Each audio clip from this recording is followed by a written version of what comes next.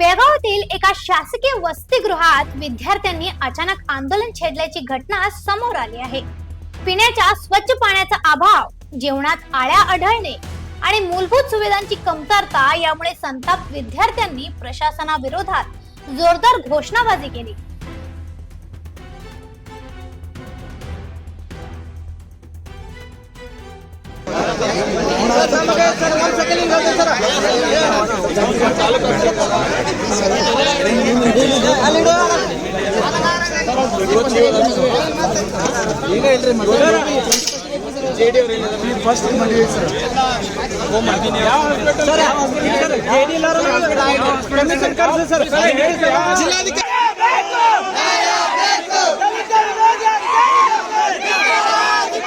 बेळगावच्या संगमेश्वर नगर येथील मुलांच्या post matric वसतिगृहात गेल्या काही दिवसांपासून पाणी टंचाईची गंभीर समस्या निर्माण झाली आहे। विद्यार्थ्यांना स्वच्छ पिण्याचे पाणी मिळत नसून दैनंदिन वापरासाठीही पाण्याची कमतरता भासत आहे। याशिवाय वसतिगृहातील जेवणात वारंवार आळ्या आढळत असल्याचा आरोप विद्यार्थ्यांनी केला आहे। विद्यार्थ्यांच्या म्हणण्यानुसार वसतिगृहाचे अधीक्षक म्हणजे वॉर्डन आठवड्यातून एकदाच येतात आणि विद्यार्थ्यांच्या समस्याकडे दुर्लक्ष करतात। दरम्यान वॉर्डन वसतिगृहात आले असताना विद्यार्थ्यांच्या ताटातील अन्नामध्ये आळ्या आढळल्याने संतापलेल्या विद्यार्थ्यांनी जेवणाचा बहिष्कार टाकत स्वयंपाकाची भांडी बाहेर ठेवून आंदोलन सुरू केले। विद्यार्थ्यांनी समाज कल्याण विभागाचे तालुका अधिकारी आणि संयुक्त संचालक यांनी घटनास्थळी येऊन समस्या सोडवाव्यात अशी मागणी केली। सर ನೀವು ಬಂದಿರನ ಸರ್ ನಮ್ಮ ಮೇಲಾಧಿಕಾರಿಗಳು ಯಾರು ಅಲ್ಲ ಸರ್ ನೀವು ಬರ್ತೀರಿ ಸರ್ ನೀವು ನಮ್ಮ ಹೇಳ್ಕೊಳ್ಳೋದಿಲ್ಲ ನಮ್ಮ ಮೇಲಾಧಿಕಾರಿಗಳು ಯಾರು ಇಲ್ಲ ಸರ್ ಆಯ್ತು ಸರ್ ನಮ್ಮ ಎಡಿ ಅವರಿಲ್ಲ ನಮ್ಮ ಜೆಡಿ ಅವರಿಲ್ಲ ಸರ್ ನಾವು ಯಾರಿಗೆ ಕೇಳೋಣ ಆಯ್ತು ಸರ್ ಅವ್ರಿಗೆ ಕಾಲ್ಸ್ ಇದೆ ನಮ್ಮ ರೆಸ್ಪಾನ್ಸ್ ಮಾಡತ್ತೀವಿ ನಾವು ಯಾರಿಗೆ ಕೇಳೋಣ ನೀವು ಬಂದು ಕಂಪ್ಲೇಂಟ್ ಕೊಡಿ ನಾವು ಹೆಸರ ಮೇಲೆ ಏನಂತ ನಮ್ಗೆ ಯಾರು ಬರತ್ತಾ ಇಲ್ಲ ಅಧಿಕಾರಿ ಅಂತ ಹೇಳಿ ನೋಡೋಣ ಅದು ಸರ್ ಯಾವ್ದಕ್ಕೆ ಬರ್ತಾರಲ್ಲ ಸರ್ ಘಟನೆಗೆ 2 ಗಂಟೆ ಆಯ್ತು ಸರ್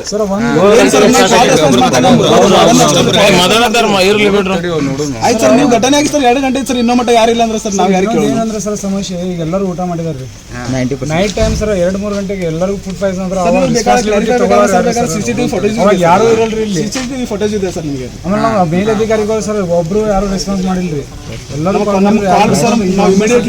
परिस्थिती तणावपूर्ण होताच एपीएमसी पोलीस ठाण्याचे सीपीआय आणि पीएसआय वसतिगृहात दाखल झाले। त्यांनी विद्यार्थ्यांची समजूत काढत आंदोलन मागे घेण्याची विनंती केली। अधिकाऱ्यांशी चर्चा करून वसतिगृहातील समस्या लवकरात लवकर सोडवण्यात येतील असे आश्वासन पोलिसांनी विद्यार्थ्यांना दिले।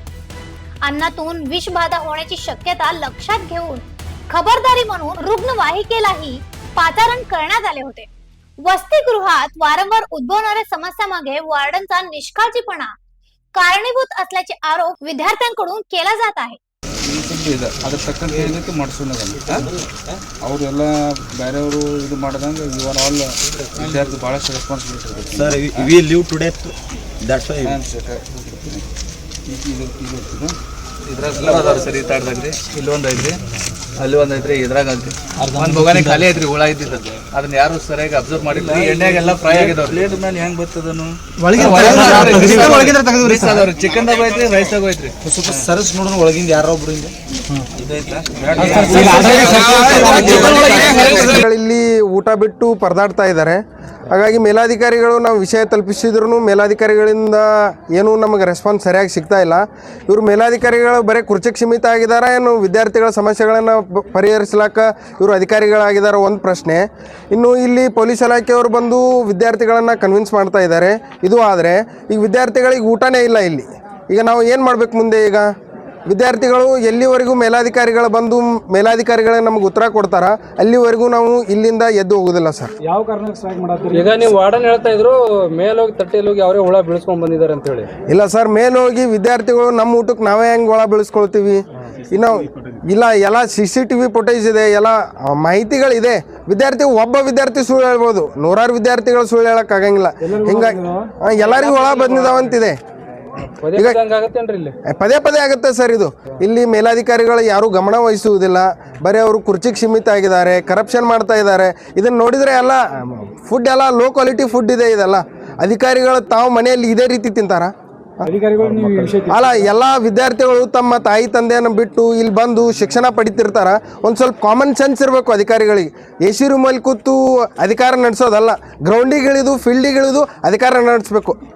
ಬಟ್ಟು ಎ ಸಿ ಕಾರಲ್ಲಿ ಬರ್ತೀನಿ, ನಾನು ಎ ಸಿ ರೂಮಲ್ಲಿ ಕೂಡ್ತೀನಿ, ಹಾಸ್ಪಿಟಲಲ್ಲಿದ್ದೀನಿ, ಏನೋ ನಾನು ಮದುವೆಯಲ್ಲಿದ್ದೀನಿ, ಲೀವಲ್ಲಿದ್ದೀನಿ ಅಂದರೆ ಇದು ಪರಿಹಾರ ಅಲ್ಲ ಸರ್. ಇವರು ಬರೀ ಉತ್ತರ ಕೊಡ್ತಾ ಹೋಗ್ತಾ ಇದ್ದಾರೆ ದಿನೇ ದಿನೇ. ಏನ್ ಮಾಡೋರ್ರಿ ಈಗ? ಯಾವ ಮೇಲಾಧಿಕಾರಿಗಳು प्रतिभटने बिडो माते ಇಲ್ಲ सर. मेलाधिकारीಗಳು बरो.